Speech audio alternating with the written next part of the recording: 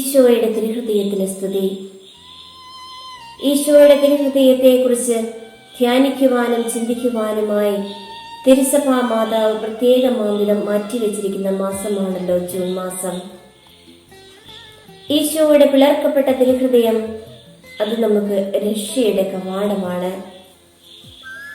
ആദിമ മാതാപിതാക്കളുടെ അനുസരണമില്ലായ്മ മൂലം നഷ്ടപ്പെട്ട പറുദീസായുടെ വാതിൽ ഈശോ തന്റെ സഹനത്തിലൂടെ ഹൃദയം പിളർന്നുകൊണ്ട് നമുക്കായി തുറന്നു തന്നിരിക്കുന്നു.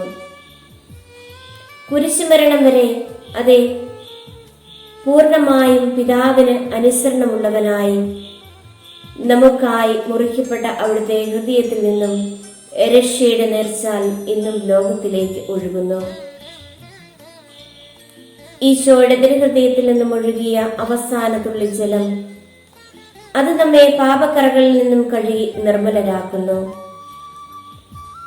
അവസാന തുള്ളി രക്തമാകട്ടെ അത് നമ്മെ നിത്യജീവിതത്തിലേക്ക് ചേർത്ത് വയ്ക്കുന്നു.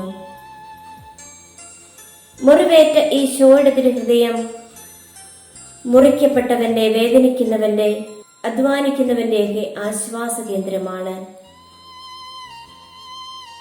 ഈശോയുടെ പിളർക്കപ്പെട്ട ഹൃദയത്തിൽ നമുക്ക് വിശ്രമസ്ഥലം കണ്ടെത്താം. ആ തിരുഹൃദയത്തിൽ നമുക്ക് ആശ്രയമുറപ്പിക്കാം.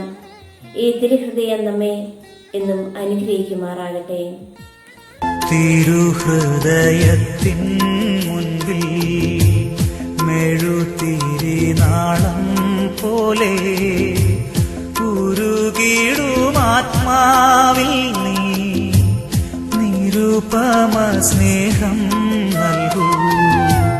തിരുമുറിവിൽ ഞാനേകാം കരളിലെ സ്വപ്നങ്ങൾ തൻ ഒലിവില പൂഞ്ചില്ലകൾ സ്വീകരിക്കൂ നീ സദയം തിരുഹൃദയത്തിൻ